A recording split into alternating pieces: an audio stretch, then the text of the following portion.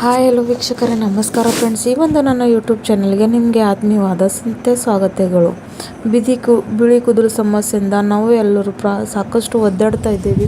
ಜೊತೆಗೆ ಇವತ್ತಿನ ಕಾಲದಲ್ಲಿ ಸಾಕಷ್ಟು ಕೆಮಿಕಲ್ನ ಬಳಸೋದ್ರಿಂದ ಈ ಒಂದು ಕಡಿಮೆ ಏಜ್ದಲ್ಲಿ ನಮಗೆ ಬಿಳಿ ಕೂದಲು ಸಮಸ್ಯೆ ಕಾಡುತ್ತಾ ಇದೆ ಫ್ರೆಂಡ್ಸ್. ಜೊತೆಗೆ ಇವತ್ತಿನ ಕಾಲದಲ್ಲಿ ನಾವು ಊಟ ಕೂಡ ಸರಿಯಾಗಿಲ್ಲ, ಪೋಷಕ ಕೂಡ ನಮ್ಮ ಒಳ್ಳೆ ರೀತಿಯಲ್ಲಿ ನಮ್ಮ ದೇಹಕ್ಕೆ ಸಿಗೋದಿಲ್ಲ. ಅದ್ರ ಸಲುವಾಗಿ ಕೂಡ ಈ ಥರ ಪ್ರಾಬ್ಲಮ್ಸ್ನ ನಾವು ಫೇಸ್ ಮಾಡ್ತಾ ಇದ್ದೀವಿ. ಆದರೆ ನ್ಯಾಚುರಲ್ವಾಗಿ ಕೂದಲನ್ನ ಹೇಗೆ ಕಪ್ಪು ಮಾಡ್ಕೊಳ್ಳೋದು, ಜೊತೆಗೆ ಯಾವುದು ಕೂಡ ಒಂದು ಸೈಡ್ ಎಫೆಕ್ಟ್ ಇಲ್ಲದೆ ನಮ್ಮ ಕೂದಲನ್ನು ಸಾಕಷ್ಟು ಪ್ರಾಕೃತಿಕ ರೂಪದಲ್ಲಿ ಹೇಗೆ ಕಪ್ಪು ಮಾಡ್ಕೊಳ್ಳೋದು ಅಂತ ನಿಮ್ಮನ್ನು ಈ ಒಂದು ವಿಡಿಯೋನಲ್ಲಿ ತಿಳಿಸ್ಕೊಡ್ತೀನಿ. ಹೋಪ್ ಮಾಡ್ತೀನಿ ಈ ಒಂದು ವಿಡಿಯೋ ನಿಮ್ಮನ್ನು ಇಷ್ಟ ಆಗುತ್ತೆ, ಜೊತೆಗೆ ಹೆಲ್ಪ್ ಮಾಡುತ್ತೆ ಅಂತ, ಹಾಗೂ ಯಾರಿಗೆಲ್ಲ ಬಿಳಿ ಕೂದಲು ಸಮಸ್ಯೆ ಇದೆ ಅವ್ರಿಗೂ ಹೆಲ್ಪ್ ಆಗುತ್ತೆ ಅಂತ ನಾನು ಅನ್ಕೋತೀನಿ ಫ್ರೆಂಡ್ಸ್. ಸೊ ಹಾಗಾದರೆ ತಪ್ಪದೆ ಈ ಒಂದು ವಿಡಿಯೋನ ಪೂರ್ತಿಯಾಗಿ ಸ್ಕಿಪ್ ಮಾಡದೆ ನೋಡಿ, ಹಾಗೂ ನಿಮ್ಮ ಬಿಳಿ ಕೂದಲು ಸಮಸ್ಯೆಗೆ ಪರಿಹಾರ ಪಡ್ಕೊಳ್ಳಿ. ಸೊ ಮೊದಲಿಂದ ನೋಡಿ, ಇಲ್ಲಿ ನಾನು ಏನು ತೊಗೊಂಡಿರೋದಂತ, ಇಲ್ಲಿ ನಾನು ಅಗಸೆಯನ್ನು ತೊಗೊಂಡಿದ್ದೀನಿ. ಅಗಸೆಯನ್ನು ಫ್ಲ್ಯಾಕ್ಸ್ ಸೀಡ್ಸ್ ಕೂಡ ಅಂತಾರೆ. ಇದು ನಮ್ಮ ಕೂದಲಿಗೆ ಎಷ್ಟು ಒಳ್ಳೆಯದು ಅಂದರೆ ನಾನು ನಿಮಗೆ ಹೇಳೋಕ್ಕೆ ಆಗೋದಿಲ್ಲ. ಇದರಲ್ಲಿ ಸಾಕಷ್ಟು ಒಳ್ಳೆ ಗುಣವನ್ನು ಹೊಂದಿಕೊಂಡಿರುವಂಥದ್ದು. ಜೊತೆಗೆ ನೆಕ್ಸ್ಟ್ ಬಂದು ಇಲ್ಲಿ ನಾನು ತೊಗೊಂಡಿರೋದು ಕಲ್ಲೋಂಜಿ. ಇದನ್ನು ನಾವು ಕನ್ನಡದಲ್ಲಿ ಕಪ್ಪು ಜೀರಿಗೆ ಕೂಡ ಅಂತೀವಿ. ಇದು ಅಂತೂ ನಮ್ಮ ಕೂದಲಿಗೆ ಒಂದು ಅಮೃತ ಇದ್ದಂಗೆ. ಇವೆರಡನ್ನ ಸೇರಿಸಿ ಇವತ್ತಿನ ರೆಮಿಡಿ ಮಾಡ್ತೀನಿ. ಸೊ ಹಾಗಾಗಿ ಬನ್ನಿ ತಡ ಮಾಡದೆ ನೋಡೋಣ ಹೇಗೆ ಇದನ್ನು ರೆಡಿ ಮಾಡ್ಕೊಳ್ಳೋದಂತ. ಇಲ್ಲಿ ನೋಡಿ, ನಾನು ಮೊದಲು ಒಂದು ಕಬ್ಬಣದ ಹಂಚನ್ನು ತೊಗೊಂಡಿದ್ದೀನಿ.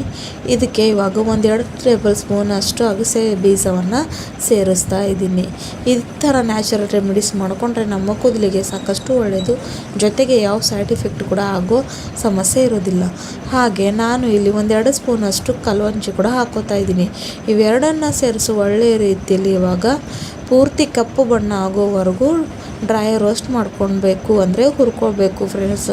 ಸಾಸಿವೆ ಏನಾಗುತ್ತೆ ಅಂದರೆ ಇದು ಹುರಿಯೋ ಸಮಯದಲ್ಲಿ ಚಟಪಟ ಅಂತ ಎಲ್ಲ ಕಡೆ ಹಾರುತ್ತೆ. ಸೊ ಹಾಗಾಗಿ ಇದನ್ನು ಕವರ್ ಮಾಡಿ ಒಳ್ಳೆ ರೀತಿಯಲ್ಲಿ ಹುರ್ಕೊಳ್ಬೇಕಾಗುತ್ತೆ ಫ್ರೆಂಡ್ಸ್.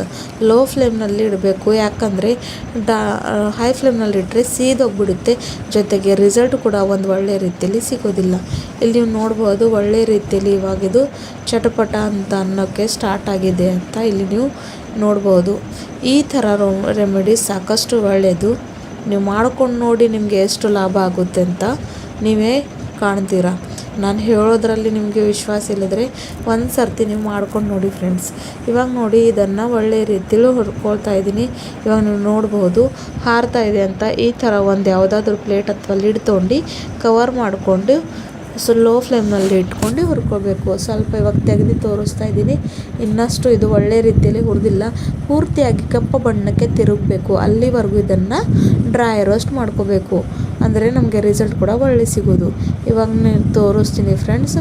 ಇವಾಗ ನೋಡಬಹುದು ಎಷ್ಟು ಒಳ್ಳೆ ರೀತಿಯಲ್ಲಿ ಕಪ್ಪಾಗಿದೆ ಅಂತ. ಇದೇ ಥರ ನಮಗೆ ಬೇಕಾಗಿರೋದು.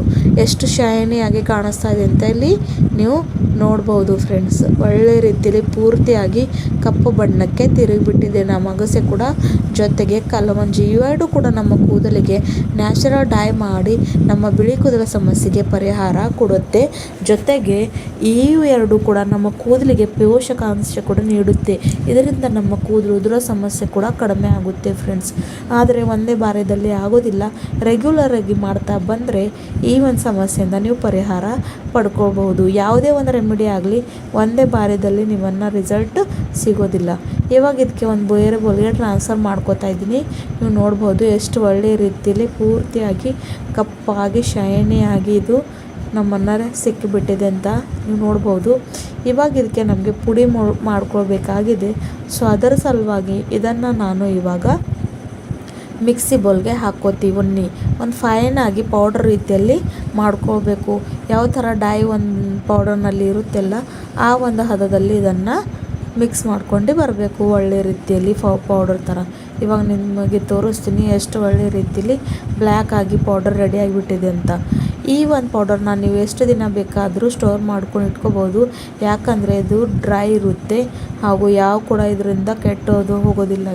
ಇವಾಗ ನೋಡಿ ಎಷ್ಟು ಬೇಕೋ ಅಷ್ಟು ಸ್ವಲ್ಪ ಪ್ರಮಾಣದಲ್ಲಿ ತೊಗೊಂಡು ನಾನು ನಿಮ್ಮನ್ನು ತೋರಿಸ್ತಾ ಇದ್ದೀನಿ. ಜೊತೆಗೆ ಇದಕ್ಕೆ ನಾನು ಕೊಬ್ಬರಿ ಎಣ್ಣೆನ ಹಾಕ್ಕೋತಾ ಇದ್ದೀನಿ, ಕೊಕೊನಟ್ ಆಯಿಲ್. ಒಳ್ಳೆ ರೀತಿಯಲ್ಲಿ ಮಿಕ್ಸ್ ಮಾಡ್ಕೊಂಡು ಸ್ನಾನ ಮಾಡೋ ಮುಂಚೆ 1-2 ತಾಸು ಮುಂಚೆ ಹಚ್ಕೋಬೇಕು. ಇಲ್ಲಾಂದರೆ ಇದನ್ನು ಹಚ್ಕೊಂಡು ಯಾವುದೇ ಥರ ಬಿಟ್ಟರು ಕೂಡ ಏನೂ ಸಮಸ್ಯೆ ಇಲ್ಲ. ಇದು ನೀವು ಹಚ್ಕೊಂಡಿದ್ದ ತಕ್ಷಣ ಯಾರಿಗೂ ಕೂಡ ಕಾಣೋದು ಕೂಡ ಇಲ್ಲ. ಈ ಥರ ನ್ಯಾಚುರಲ್ವಾಗಿ ನಿಮ್ಮ ಕೂದಲನ್ನ ಕಪ್ಪು ಮಾಡ್ಕೊಳ್ಳೋಕ್ಕೆ ಇದು ಸಾಕಷ್ಟು ಒಳ್ಳೆಯದು. ಆದರೆ ರೆಗ್ಯುಲರ್ ಆಗಿ ಮಾಡ್ತಾ ಬರಬೇಕು. ಇದೇ ಥರ ನ್ಯಾಚುರಲ್ ರೆಮಿಡೀಸ್ನ ನೋಡೋಕ್ಕೆ ನನ್ನ ಚಾನಲ್ನ ಸಬ್ಸ್ಕ್ರೈಬ್ ಮಾಡಿ, ಹಾಗೂ ನಾನು ಬೆಲ್ ಐಕಾನ್ ಕೂಡ ಪ್ರೆಸ್ ಮಾಡಿ. ನ್ಯಾಚುರಲ್ ರೆಮಿಡೀಸ್ನ ನನ್ನ ವೀಡಿಯೋಸ್ನಲ್ಲೇ ನಾನು ಹೇಳ್ತಾನೆ ಇರ್ತೀನಿ. ಮತ್ತೆ ಸಿಗೋಣ ಮುಂದಿನ ವೀಡಿಯೋದಲ್ಲಿ.